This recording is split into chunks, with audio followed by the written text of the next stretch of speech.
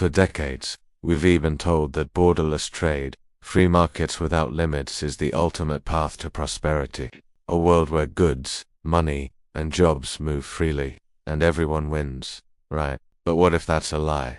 What if borderless trade doesn't create winners everywhere?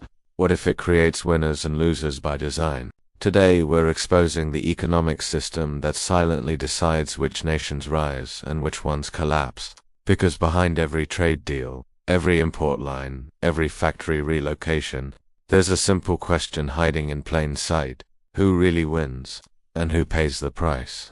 Stay with me, because by the end of this video, you might never look at global trade the same way again. To understand how we got here, we need to step back to the moment when a radical idea took hold, one that promised peace through profit. The idea was simple: if countries are economically dependent on each other, they won't go to war. Trade equals stability. Borderless markets equals global peace. On paper, it sounds brilliant, but in reality, it created a world where economic dominance replaced military conquest. Because here's the twist: when borders disappear for trade, they don't disappear for power.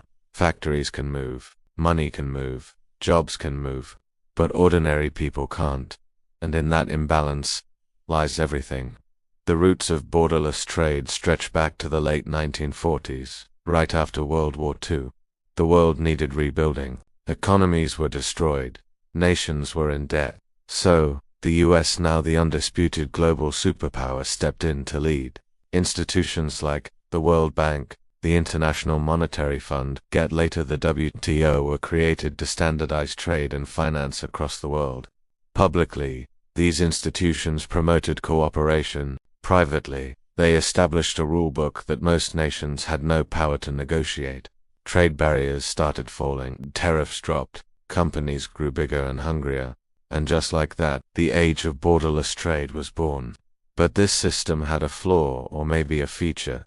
It assumes every country is starting from the same position. They weren't. They still aren't. Between the 1970s and early 2000s, borderless trade exploded. Governments promised cheaper goods, higher growth, access to global markets, and at first, it looked like a miracle. Products got cheaper, technology spread faster, millions were lifted out of poverty, especially in places like China, India, and Southeast Asia. Corporations became global empires.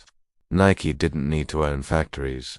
Apple didn't need to make their own iPhones. Amazon didn't need to manufacture what they sell. Production moved to wherever labor was cheapest, and profits moved to wherever taxes were lowest. Welcome to the new model, global supply chains.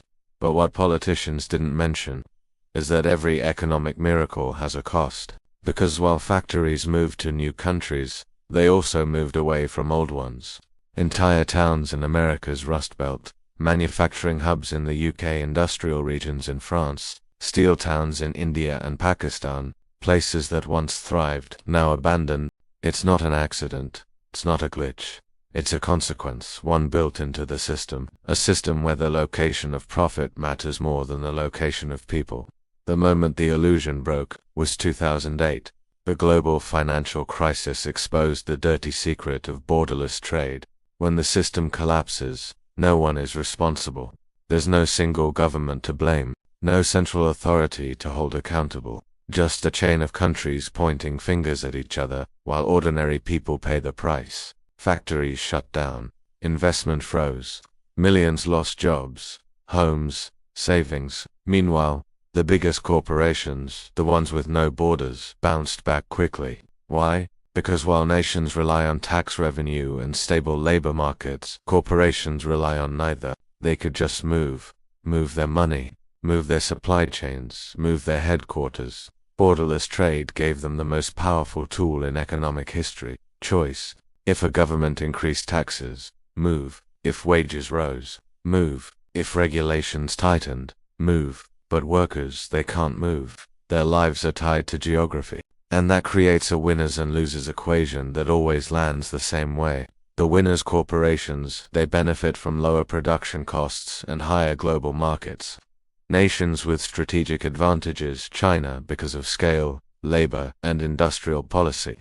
Singapore because of logistics and finance.